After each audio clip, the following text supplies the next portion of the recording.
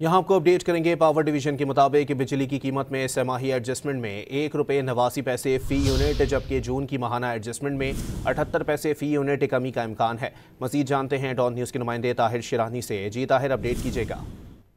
जी देखिए, बुनियादी तौर पर इस एलामिया का मतलब ये है कि जुलाई 2025 में बिजली सार्फिन माहाना एडजस्टमेंट और एक सहमाही एडजस्टमेंट में मजमूई तौर पर ₹2.05 फी यूनिट कमी का रिलीफ उन्हें दिया गया।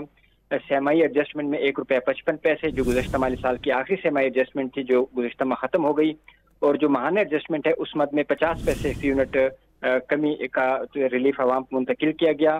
पावर डिवीजन का भी ये कहना है कि अगस्त के बिलों में गुज़श्ता माली साल की आखिरी सहमाही एडजस्टमेंट और एक जो माहाना एडजस्टमेंट है उसको मिलाकर और साथ टैक्सों का रिलीफ भी शामिल करके ₹2.82 फी यूनिट कमी बनेगी अगस्त के महीने में, जो जुलाई के मुकाबले में 77 पैसे फी यूनिट ज्यादा बनती है।